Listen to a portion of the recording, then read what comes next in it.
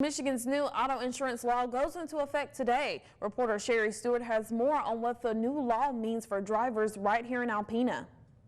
Well, it's true. The state's new auto insurance law will likely put more money in your pocket, but industry experts say you should also weigh all your options before making a change to your policy. Michigan has long held the position of having some of the most expensive auto insurance in the nation, but that's all changing under the new auto insurance reform law. Drivers can now opt out of buying personal injury protection if their health insurance covers auto injuries. Quentin Meek with the Lappin Agency says the new law is a solution that helps make insurance more affordable across the board. He also says drivers should carefully consider the potential savings and personal liabilities.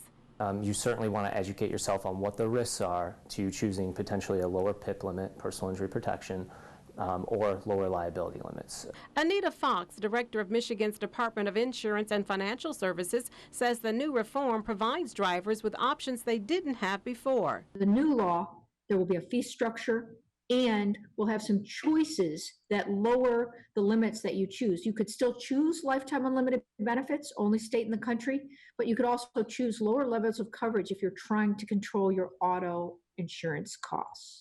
And drivers looking to lower their costs will now be able to choose from up to 6 options for personal injury protection coverage. What are your insurance costs right now? Understand that if you do nothing, if you change nothing, you will still see some savings, at least in year one.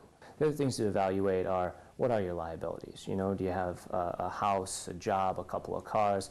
All of these things can come into play when we talk about a liability scenario. If you have questions about the best options for you and your family, be sure to reach out to your local agent. In Alpena, Sherry Stewart, WBKB News.